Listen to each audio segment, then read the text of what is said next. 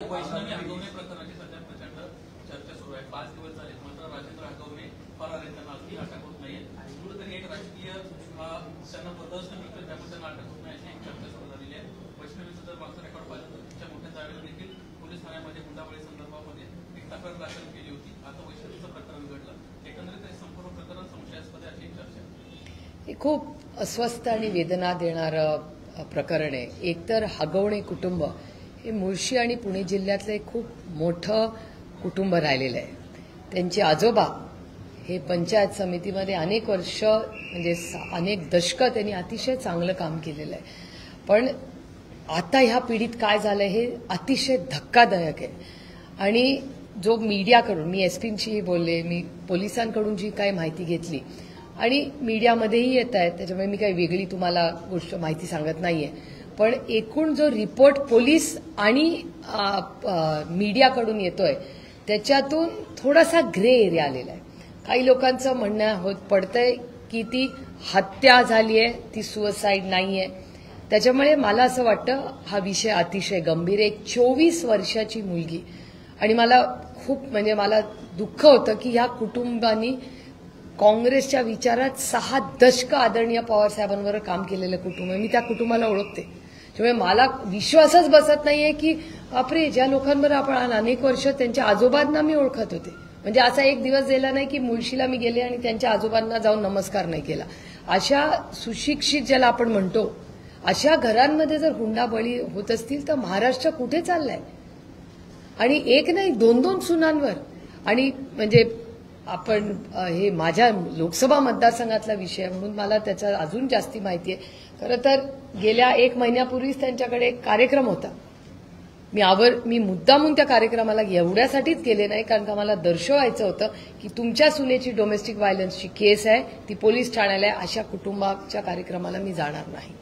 आणि मी त्यांना कळवलंही होतं ते, कारण का त्यांच्या 2 सुना ह्या जर डोमेस्टिक व्हायलन्ससाठी पोलीस ठाण्यात जात असतील आणि त्यांच्या केसेस चालल्या असतील म्हणून मी तो कार्यक्रम रिग्रेट केला। मी म्हणलं मी या कार्यक्रमाला जाणार नाही। मी त्यांना कळवलंही की हे कारण आहे म्हणून मी येणार नाहीये, हे करू नका, तुम्ही सुधारणा आणा स्वतःमध्ये, तुम्ही काउन्सिलिंग घ्या। पण त्या बिचाऱ्या 24 वर्ष, तुम्ही विचार करा 24 वर्षाची मुलगी हसने खेळणे के दिन है उसके, तिचं 8 महिन्याचं मूल होतं त्या खोलीमध्ये।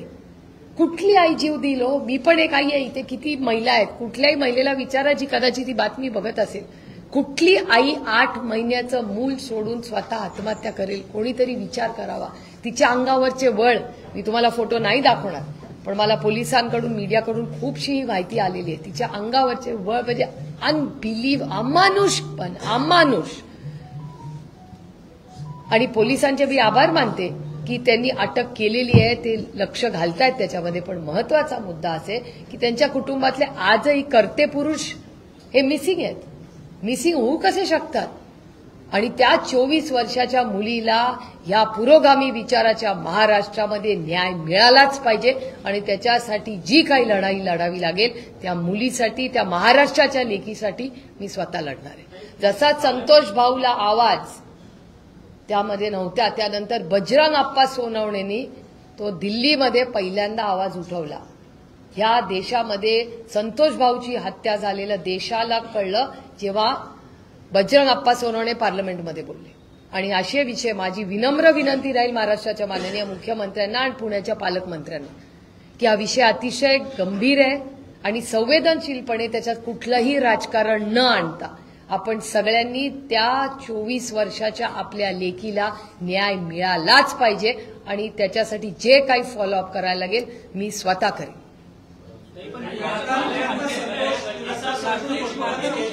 One at a time. Police अधिकाऱ्यांसोबत तुम्ही बोलला त्या संपूर्ण प्रकरणामध्ये, पोलिसांना नेमकं काय सांगितलं? आत्महत्या आहे की याला वेगळं काय? म्हणजे मला पहिली बातमी आली की आत्महत्या होती, त्याच्यानंतर आता दबक्या आवाजामध्ये रिपोर्टची मी वाट बघते, कारण का मी एक लोकप्रतिनिधी आहे, त्याच्यामुळे मी जे बोलीन ते जबाबदारीनीच बोललं पाहिजे।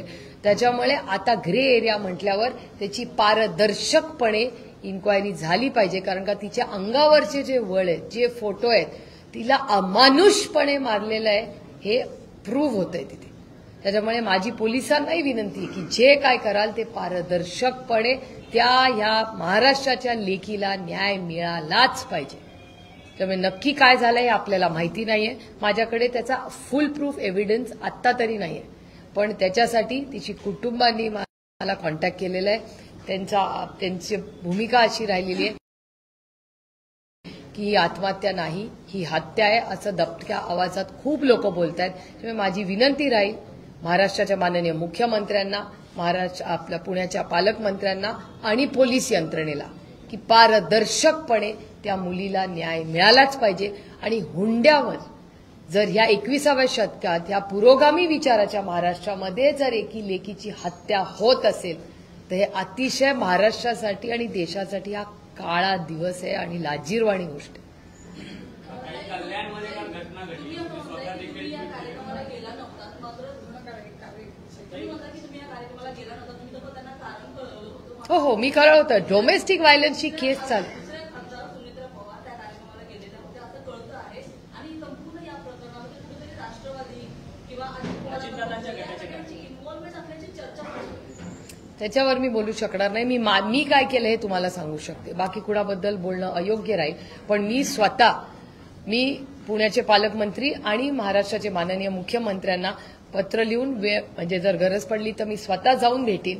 कारण का जसं संतोष भाऊंची हत्या झाली आणि बजरंग अप्पांनी तो विषय ताण दिला, मीडियानी मदत केली, म्हणून आज आपल्याला न्याय मिळालाय. तर ह्या राज्यामध्ये आणि या देशामध्ये स्त्रियांवर होणारे अन्याय, हुंडा काय विषय? हुंड्यासाठी तुम्ही लेकीना मारणार आणि एक नाही 2-2 सुनांचे केसेस आहेत. हैवान आहे ते लोक, माणसं नाही आहेत ही. हे दुर्दैव आहे असं मला बोलावं लागतंय. पण जर एक 24 वर्षाच्या मुलीचा बळी जाणार असेल आणि तिला 8 महिन्याचं मूल आहे, त्या मुलीचा विचार करा कोणीतरी. इतका असंवेदनशीलपणा खरंच म्हणजे मला विश्वासच बसत नाही. अशा गोष्टी होतात, पण या सिनेमामध्ये होतात गोष्टी, या आता वास्तव महाराष्ट्रात व्हायला लागले. पण पुण्याचे पालकमंत्री कुठे आहेत असा प्रश्न आहे, कारण की सातत्याने पुण्यात गुन्हेगारीचं वर्चस्व आहे. कोयता गँगच्या विविध ठिकाणी प्रकरणं असतील, त्यानंतर हुंडाबळीचा हा संपूर्ण प्रश्न आहे. वैष्णवी जी आहे ती दोन्ही पक्षाशी रिलेटेड होती. त्या दोन्ही राष्ट्रवादींसोबत त्यांनी काम केलेलं होतं. 4 महिन्यापूर्वी एक FIR त्यांनीच लॉन्च केलेली होती, तरी देखील पोलीस प्रशासनाने कोणतीच कारवाई केली नाही त्यांच्या घरांवर. ह्याला कोणी राजकीय वरदहस्त आहे का? नाही, हे मला सांगता येणार नाही. तुम्हाला पोलिसांना विचारावं लागेल. पण एक मी तुम्हाला नक्की सांगते की ह्या प्रक्रियेमध्ये जे कोणी दोषी असतील, जे कोणी असतील, हा राजकीय विषय नाहीच आहे. माझ्यासाठी हा एक सामाजिक विषय आहे आणि ती या महाराष्ट्राची लेक आहे आणि तिच्यावर जी हाणामारी झाली आहे ती माझ्या लोकसभा मतदारसंघात झाली. हे आणखीन अस्वस्थ करणार आहे. आणि डोमेस्टिक व्हायलन्सची केस दोन्ही सुनांची आहे, म्हणून मी एक हात दूर. त्यांनी मला जरी पक्ष वेगळा झाला असेल तरी त्यांनी मला आमंत्रण दिलं होतं. मला आमंत्रण दिल्यावर मी फक्त गोड शब्दात त्यांना सांगितलं, बाबा तुम्ही या डोमेस्टिक व्हायलन्सचा केस मिटवा, हे चांगलं नाहीये आणि मी काय अशा कार्यक्रमाला येणार नाही जिथे सुनेला या ज्या घरात नीट वागवत नसतील. हे खूप अस्वस्थ करणारे आणि ज्या पद्धतीने म्हणजे मारहाण तर शॉकिंगच होतं माझ्यासाठी. हे अमानुषपणा होता.